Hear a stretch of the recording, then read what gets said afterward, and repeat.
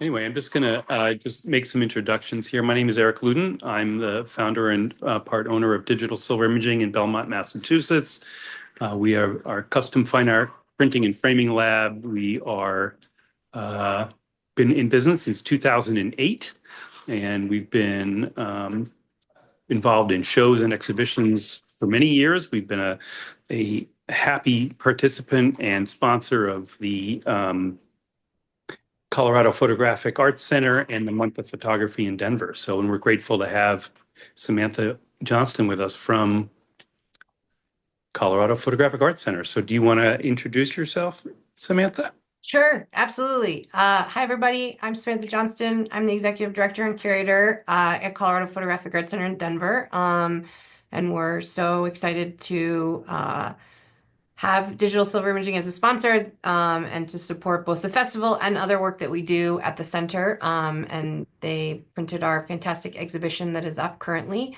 And we'll see one or both of you later this week for the portfolio review. So Yep. we have lots of events happening for the festival. If you aren't in Colorado, we still do have a handful of other online events. I will put the website in the chat. And if you are in Colorado, this weekend we have 2 days of portfolio reviews, but we also have a portfolio walk on Friday the 14th. That's at the Studio Loft at the Ellie Calkins Opera House, and it'll be a portfolio walkthrough and a book fair. So thanks everyone for joining today. Thanks, Samantha. We appreciate all you guys do out there to promote photography in our community. You guys do such a beautiful job. So thank you. Thank you. So what I want to do here briefly is we're gonna kind of walk you through alternatives to traditional framing with a mat and a frame. One of the things we want to talk about briefly is the ability to spray prints with a protective UV spray on a variety of fine art paper. And what that allows us to do is this is made by Hahnemühle, which is one of the leading companies in inkjet paper production. And this UV spray allows us to apply 2 coats onto the surface of a print, which we're going to show you in a second. And again, the advantage of that is then you can hang a print with a few different methods that we're going to show you that protect the surface of the print from UV rays. Keep in mind that fine art inkjet papers are microporous, so that what we're doing is by spraying them is that we're sort of helping seal up the pores on the paper to prevent them from absorbing more airborne pollutants and so forth. And it also gives us some fingerprint and abrasion resistance, but it is certainly a more cost-effective way of displaying prints. So I'm going to turn my camera around here, and that you're getting a little view of our lab. And I'm going to introduce you to Lee Kennedy, who handles all of our finishing and framing and mounting. And so we're going to walk into the spray room here and show you kind of what we do to give you a clue. So this spray is available for home use, but as you can see, Lee puts on a protective mask, and we have air filtration in here up above in our ceiling and a heavy duty fan. He's going to, so we're just going to show you briefly how this machine works in the ability of providing a good clear coat onto your print with this professional spray gun. So that is, it's connected to an air compressor, and I know it's getting a little loud, but the importance is what you're going to see is the fine mist we get out of this, which is certainly better than the cans themselves. So, all right, I'm going to turn on the fan. It is going to get loud, but I want you to be able to see this.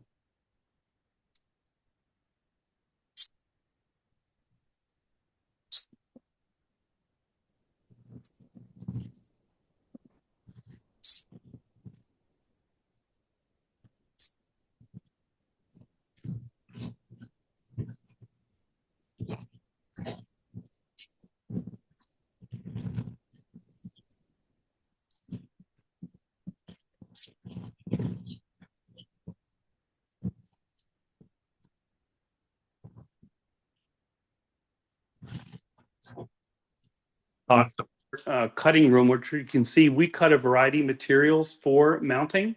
We can mount to aluminum, dibond, acrylic, and other materials, but you can see we have a very professional, what we call, it's a panel saw.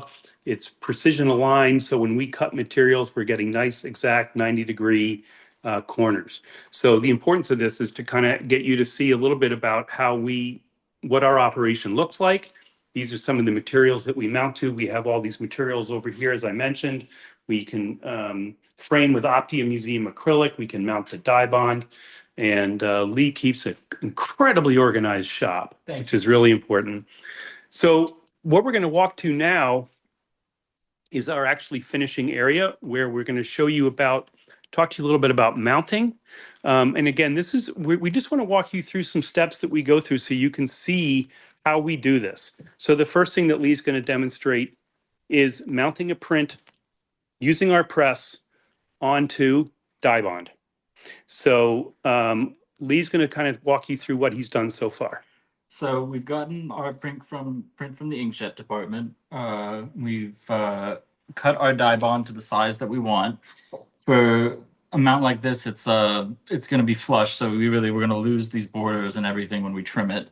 The board has already been coated with some of our adhesive, and I have tacked the print to the front of it. So just gotten it started for going through the press. I'll peel the rest of it away as I send it through.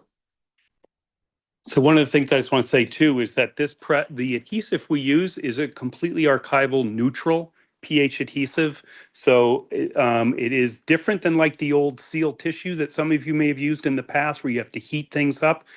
This press does use some low temperature settings that we can use and pressure. So this is what's typically called pressure sensitive mounting. Mm-hmm. All right. All right. So we've got our size right. We're set for dibond. We go down. It's foot pedal operated. You just send it through. We've adhered the part that we've tacked. Now we're just going to pull away the release. We send it through, looking for any bits of dirt or anything that may have gotten under that we'll have to cut out. This piece looks really good. Send it on through.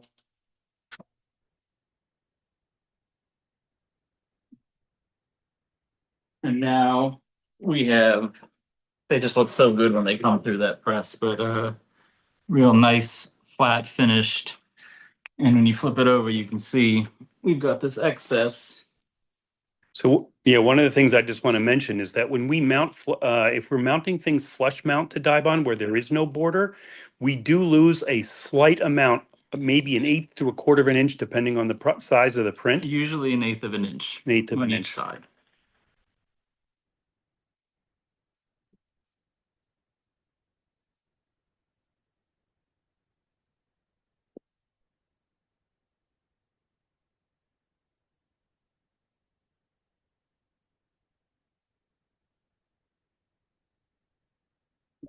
So again, we're just trimming it flush to all the edges. And from here, what we can do with this print is that then there are some options, but you can kind of see on this little piece that we lost very little around the edges of the image. So typically when we mount stuff or we put in orders for people, we always say overprint for mounting. And that means because we know that we're going to lose a little bit around the edge if we flush mount it. The other option is to mount your print with a white border, and we can do that as well. Very doable, not Yep. a problem. If you want a white border on your image, absolutely. So this is our standard Aluma mount. So from this point, you really decide how you want to hang it. For most small jobs, we use these little print hangers. Yep. And just, one goes on the back, sometimes two, depending on the size. And we do have larger ones for larger pieces. We don't put wire through them. This is a non-wire hanging system. They'll go, they sit on here and they just hook into the wall when you put your hooks in, but no wire. And then there are little rubber bumpers that we put on the bottom corners so that the piece hangs nice and parallel to the wall. Another way for really nice, sturdy, good mounting is we make these aluminum brackets. This is a 3/4 inch aluminum bracket. We'll do a 1 inch for larger pieces, but we put very strong adhesive on the back of them and set them in place. We have a little defined measurement system, little in-house recipe we use. And then we line them up, set it down. Yep. There you go. There you go. There's your DSI Aluma mount. So the spray, what the spray does is specifically like in this example that Lee did, right? Where we're going to hang this on the wall with no glass, no frame. You need to protect the surface of the print from UV rays, airborne pollutants, fingerprints, and things like that. So the UV spray, we apply 2 coats. And the purpose of the spray is that it is going to add UV protection, seal up some of the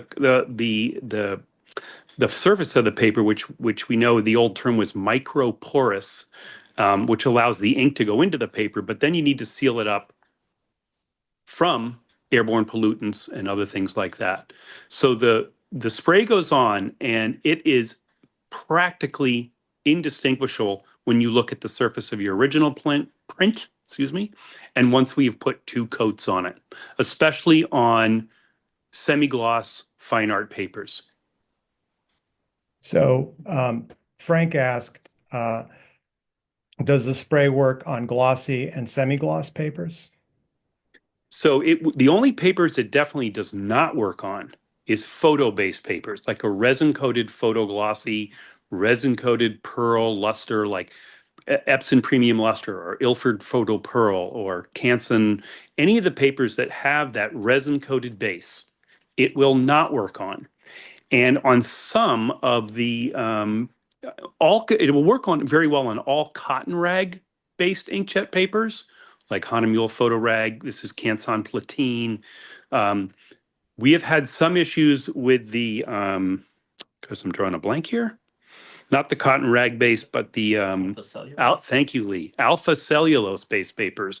Some of them don't work, but most of all the other fine art papers that are cotton rag, semi-gloss or matte, you will not have a problem. Okay, so Phil asked, is this basically the same product from Premier Arts and Moab? Yes, it's a very similar product. So I don't know if they sell those. They all sell them in a can. That's an aerosol can. So again, you need to be really careful with ventilation and how smooth that coating comes out of the can. We were doing that initially. Then we moved over to the professional spray gun system that has provided much more even coating and a much less noticeable finish onto the surface of the paper. I know that Lee was much happier with this new system. It's it's above what we were doing before by a lot. It's so much better than the can. Yeah.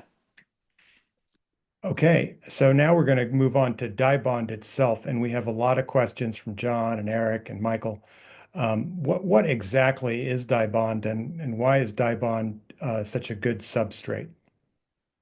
Dibond is Dibond is a brand name. It's like calling a facial tissue a Kleenex, right? Dibond is a brand name from Germany. What Dibond really is called an ACM or aluminum composite material. You are basically dealing with a polyresin core, right? I don't know if I can get in close enough. How does that appear? Yeah, you got a black polyresin core. And then a thin veneer of aluminum on the front and the back. So what's good about this is it's dimensionally stable, it's archival, and it weighs less than traditional straight aluminum. I'm not sure if we have a piece of aluminum here, so the advantage of aluminum for some people is it's a completely clean edge. Whereas with Dibond, you see that sort of black core. The aluminum is a little bit thinner, and it's a completely clean edge. You don't have that sort of layered sandwich. But it's dimensionally stable. It's certainly more cost effective than aluminum, and it's what we mount probably 90% of our materials to for museums and galleries and individuals. Aluminum's on the way out. Yeah. So what is the adhesive that we use? We got several questions about the adhesive we use for mounting prints to dibond. Our current brand is MacTac. Yep. MacTac, opaque, pressure sensitive mounting material. Yep. Comes on these rolls. We have it all the way up to 60, all the way down to 24. Yeah, and it is a neutral pH. It is designed for the photographic industry. Okay, I think that's covers a lot of the questions we've had in the Q&A, and if you have more questions, just Yeah, keep coming. We'll try to get to all of them. So I think you guys can keep going. great. All right. So what we're going to move on to now is kind of showing if you don't want to permanently mount your print and use a couple of methods that are a little more flexible and again, more cost effective. We have two types of print hangers that we use. We have aluminum print hangers and we have wood print hangers. Going to start you off with the aluminum ones again, being more cost effective. I'm going to try to go down here and show you that what we've done is we've put these little white clips. Does that show up, Andrea? Yeah, yeah. So they're little white clips that we put on the top edge of the paper, and then the aluminum tubing has a little slit in it, so that we're gonna slide the print onto inside of that tubing, right? And then we have a little black end cap that goes on the end. That keeps the print from flopping out on you. Yep. And then we'll put the bottom one on, right? So again, the good thing about what I like about print hangers is you can easily swap out prints. So if you wanted to spray a print and hang it up and in 2 weeks or 2 months, swap it out, this has a single nail hole in the back and it comes with a black nail and all you have to do is hang it up on your wall so that you end up with this beautiful, easy to display print. Again, no framing, no glazing, no additional cost. Frankly, it's a nice environmental solution too, because you're not using all those other products. But what I love about these is really the ability to swap things out pretty easily. So you have the single nail up top. So the only thing I will tell you that, it can be a little bit of a problem. I have these hanging in my house, is that when the wind blows, the thing swings a little in the wind. And it does make it a little more problematic, but it's not terrible. The next options that we offer are these wood print hangers, which we have in a few different finishes from black and white. But these go on, you gotta flip that over. Yep. So these go on where the back rail, the first rail, all has a hole drilled, two holes drilled in it, right? Those would get screwed into the wall. And then the hanger are using these really strong earth magnets, right? Go on like that. And again, now you have a print a little more elegantly finished than just an aluminum hanger. But the good thing about the wood hangers is it is secured both top and bottom with screws into the wall so that it doesn't move around. And frankly, it's a little more elegant, a little more finished than the aluminum hanger. But it kind of comes down to budget. The nice thing about using either one of these is, again, if you're trying to change things around at your own home, you can do that super easy. If you're giving something to someone, that's super easy. If you have a pop-up show somewhere that you want to ship this somewhere, you can roll your prints in a tube, roll up the hangers, and you're not dealing with the heavy cost of shipping frames. So it's another great solution to traditional framing. And then the last thing we're going to show you is a way of framing without a mat. And Lee's going to pull out a frame that he did. And this has, it's a frame, but with spacers. So again, what we've done here, you can see on the inside of the frame, can you see that, Andre? Does that show pretty well? So we've already secured the museum acrylic inside of the frame. And then the spacers are held in with an archival adhesive that hold the acrylic in place. So the acrylic can no longer move. Mm-hmm. Then we have our mounted print. This is a float mount print. So the back of the print has been coated with the adhesive, and it's basically been done in the reverse manner where the print has been adhered to a piece of 4-ply. Yep. And it has a kind of raised effect, kind of embossed effect for the photograph. So we call this a float mount print. It's a float mount print. Yeah. And then that, we would obviously run the compressor and blow it off. We're not going to go through all that with you. But then that sits neatly inside of the frame, like that. Sorry, the frame, the photo is sitting on the strainer bar for the frame. which will sit Yep. on the back and we'll secure it. Yep.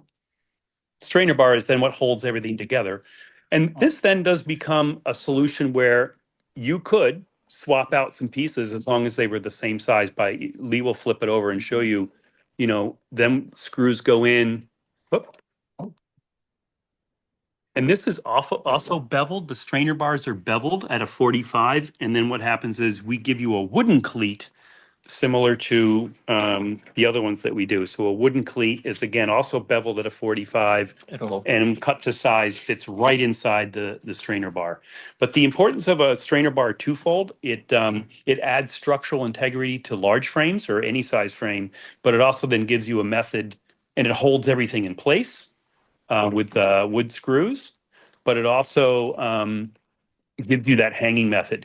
If you don't want to use a cleat in your home, we can also put traditional D-rings onto the sides of the frame, so you could hang it with traditional D-rings on your wall. I'm a big fan of the cleats because you can level a cleat nicely before you put it on the wall, and then the print hangs exceedingly easily.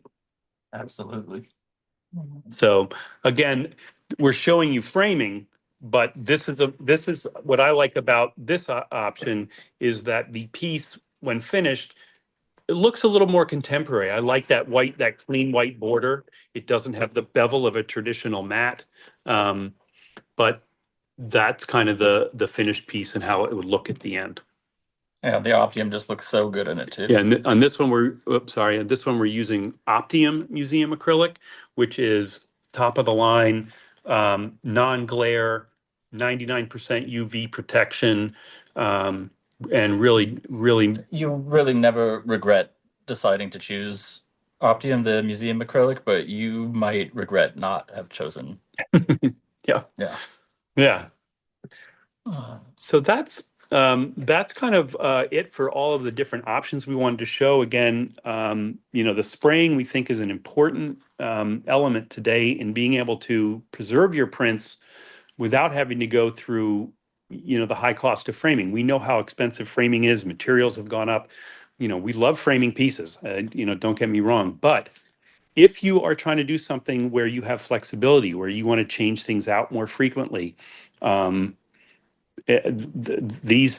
one of these print hanger solutions, either the aluminum ones here that we did on this photograph of the moon, or this smaller art piece here, they just, with the DSI wood hangers, they just provide other options.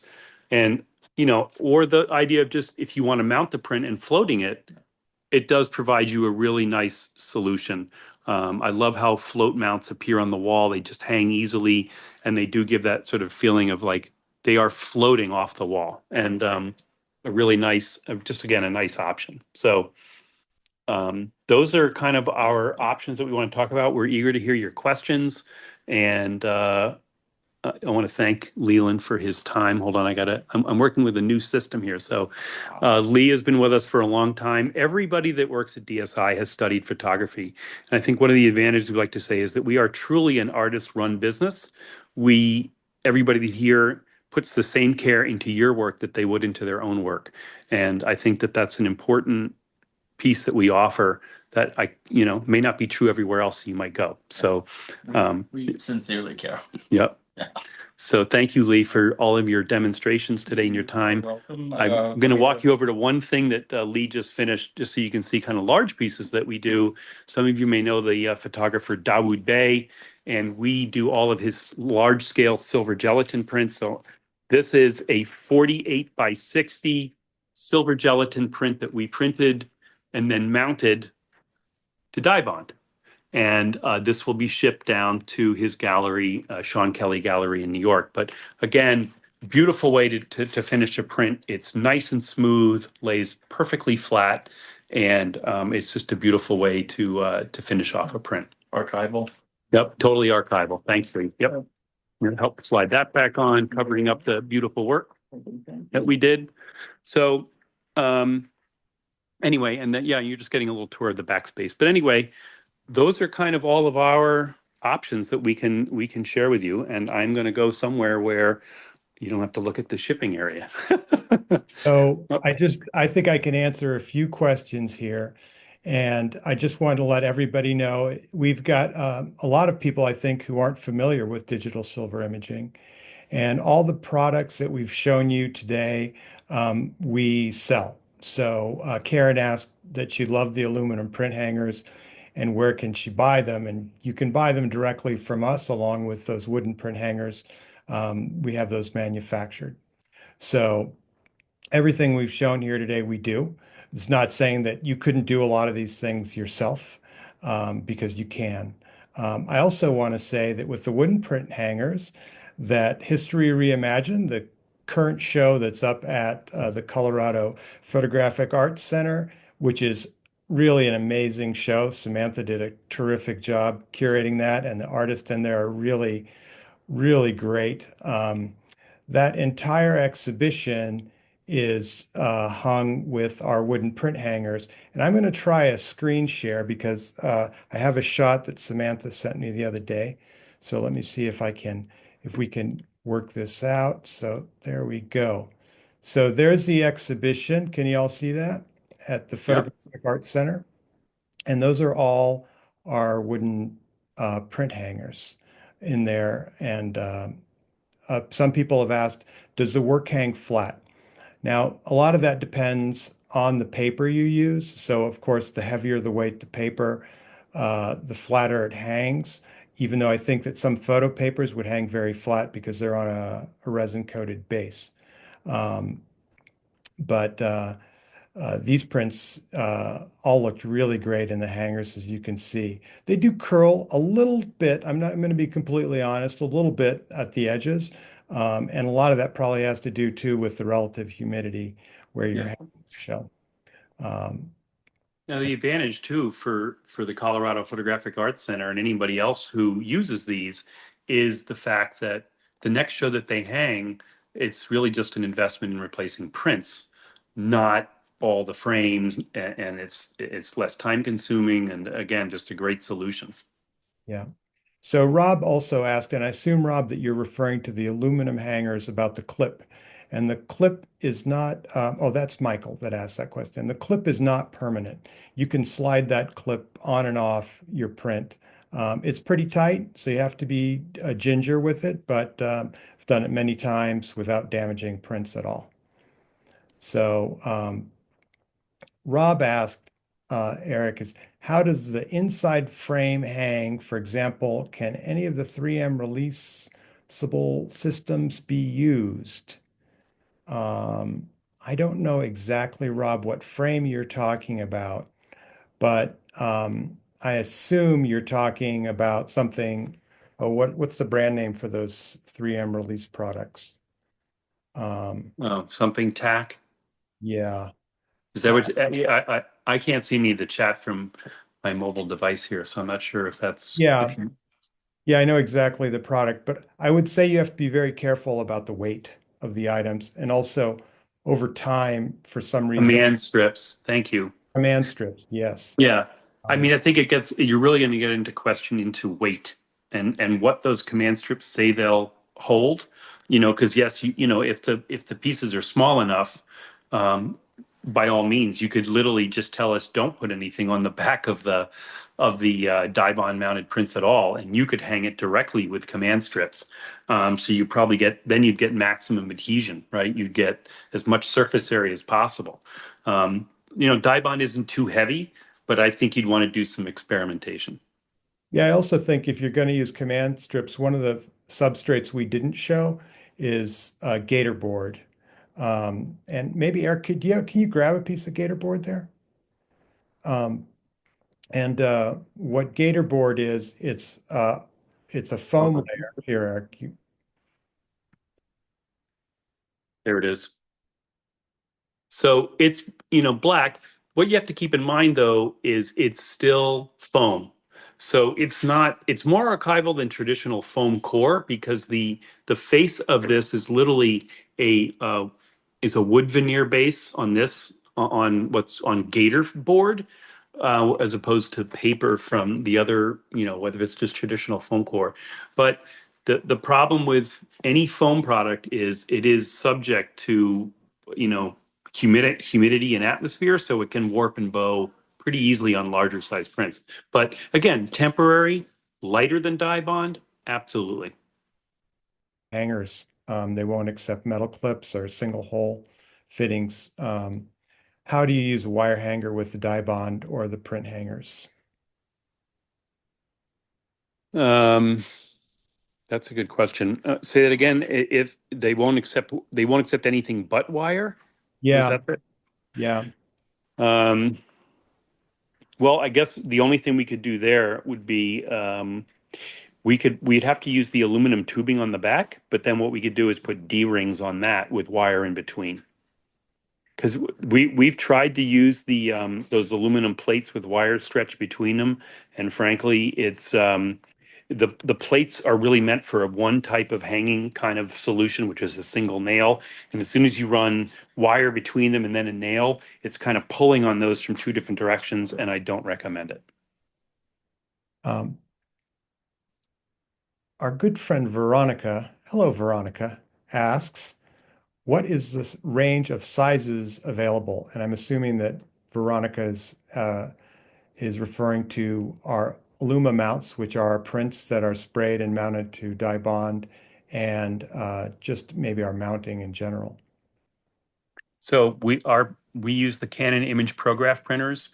We go from we can go up to 60 inches on the narrow dimension, which means we can go to like a 60 by 90 or 60 by 120 is kind of the largest we've ever done. But any size below that. And happy to talk to you about large scale prints, Veronica. And the print hangers as well. If you're wondering about the print hangers, um, they come up to 8 feet in their maximum length. Okay. Um, Ellen asked, why use glass if the print's sprayed? Oh, we wouldn't. In the example that Lee was showing of his piece, that print was not sprayed. That was you would not need you wouldn't do both. The only reason you would spray prints is if you're using an alternative display method where there is no glazing involved.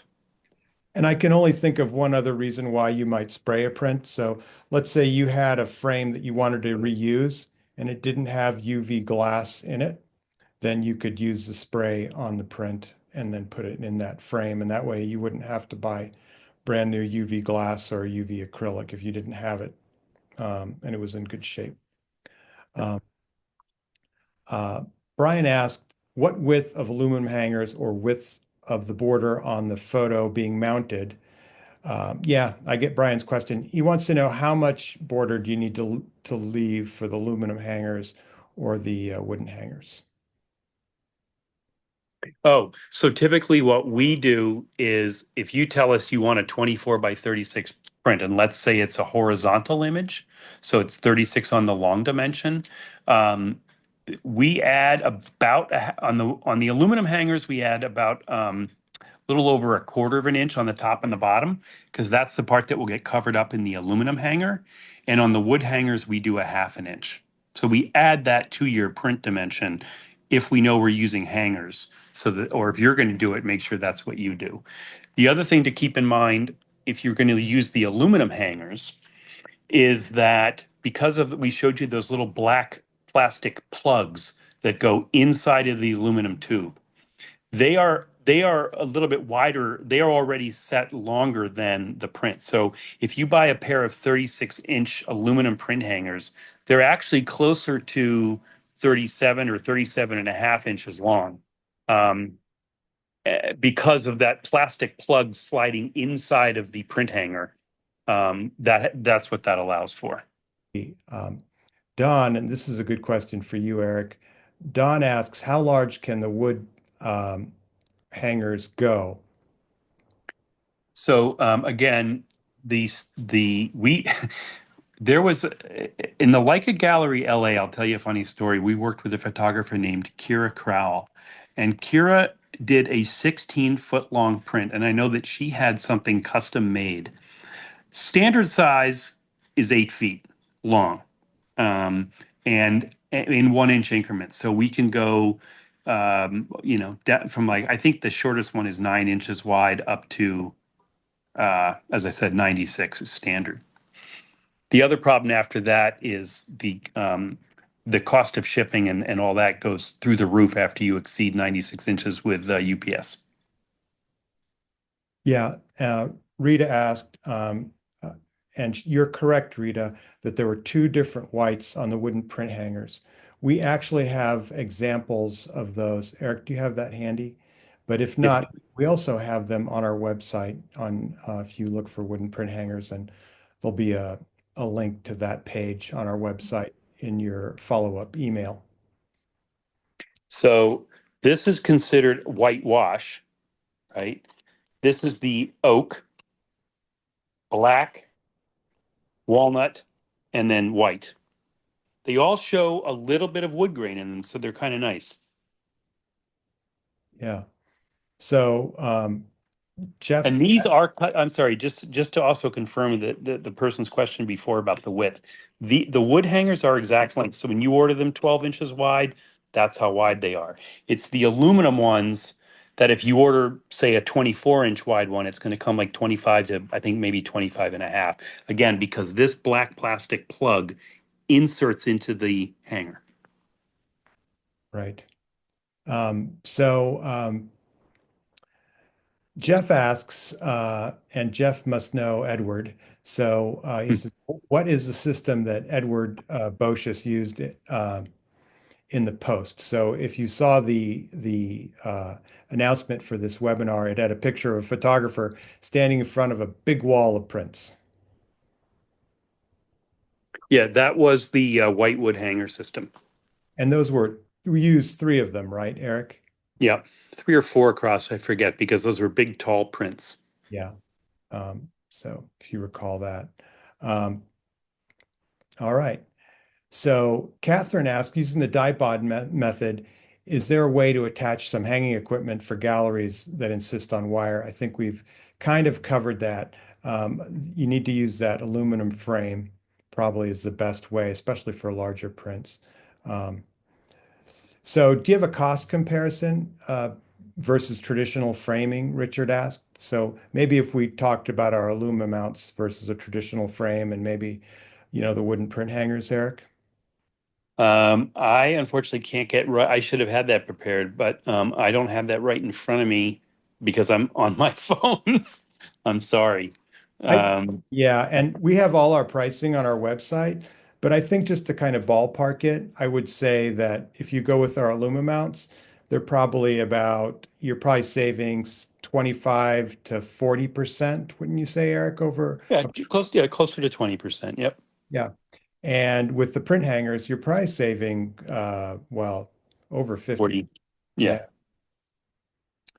So let's see. I'm kind of scrolling through these. A lot of questions, and a lot of them we've covered already. Um,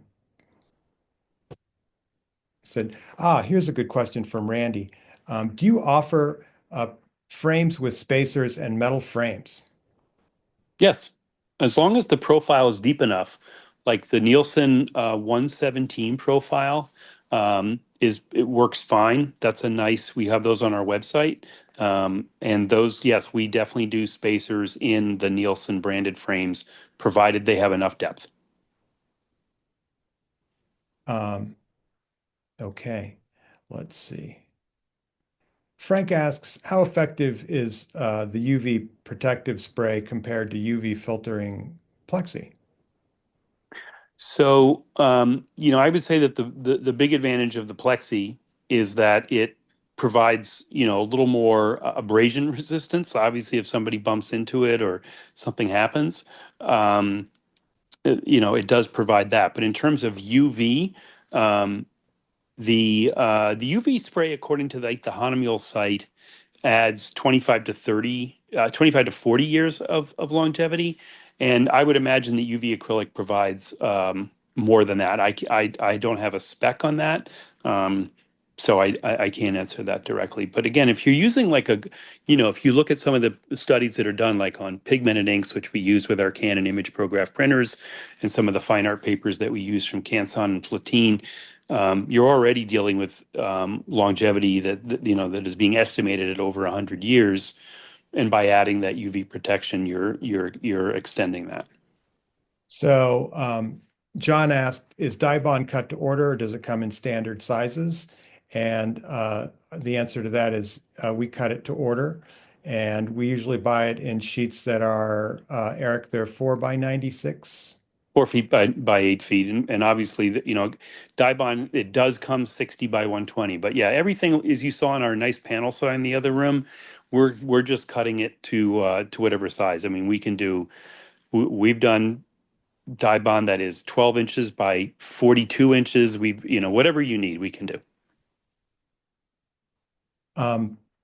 So Veronica made a comment, and I think that's definitely worth repeating, which is that a lot of galleries and exhibitions are starting to accept more and more prints that are actually presented without glass because the shipping costs are very low. Samantha, can you maybe chime in on that? And Yes, absolutely. Yeah, when we hang, obviously we have work hung right now with the wooden hangers and no glazing. And we often are open to hanging work with magnets, and working with artists when they submit work. And just also to kind of touch on that, like, I mean, we do ask when work is shipped that it's kind of, wire or D-rings is easier. Just those like sawtooth hangers are one thing where there's only one nail point. Like if it's a bigger piece, much larger than 8 by 10, I would say, you start to get shifting on the wall. So we like to have, more than one hanger to support, which becomes harder when when that isn't considered in the back. So just to answer some other gallery questions of hanging. no, Yeah. that's good. I actually have a question for Samantha, which is, do you ever hang work that's with a cleat, the wooden cleat? Yeah, all the time. Yeah. I Yeah. mean, really, we have an installer who hangs our exhibitions, and so, we usually can make it work. It's just some things make our lives a little easier to get the work on the wall, and some things, I would say that, when mounting materials are adhered properly and we know the adhesive or the wire is going to be, but some frames are just not meant to have rings screwed into them and wire pulled across them. They're just not built for that. So, to both of your points about framing becoming more expensive, I think it is worth asking the space if they're open to alternative methods. We often put that in our prospectus when we do calls for entry that, we're happy to just take a print and hang it with magnets.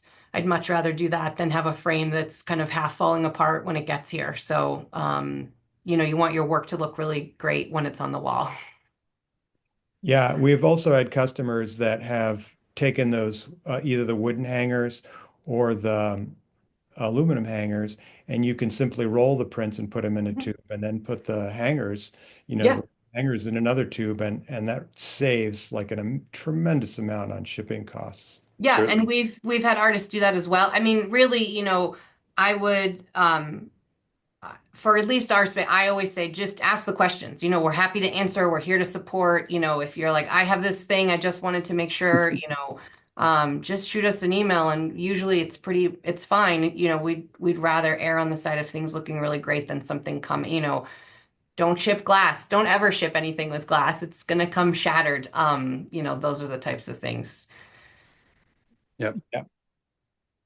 Eric, did you have a comment you wanted to make? Well, the only thing I was going to say was just to sort of back up what Samantha was saying. We just got a request for proposal for an exhibition at the Institute of Contemporary Art in Boston, and they were adamant that there will be no glazing allowed on the finished product. So we've got about 50 pieces to do, and not a single one of them can have that on it.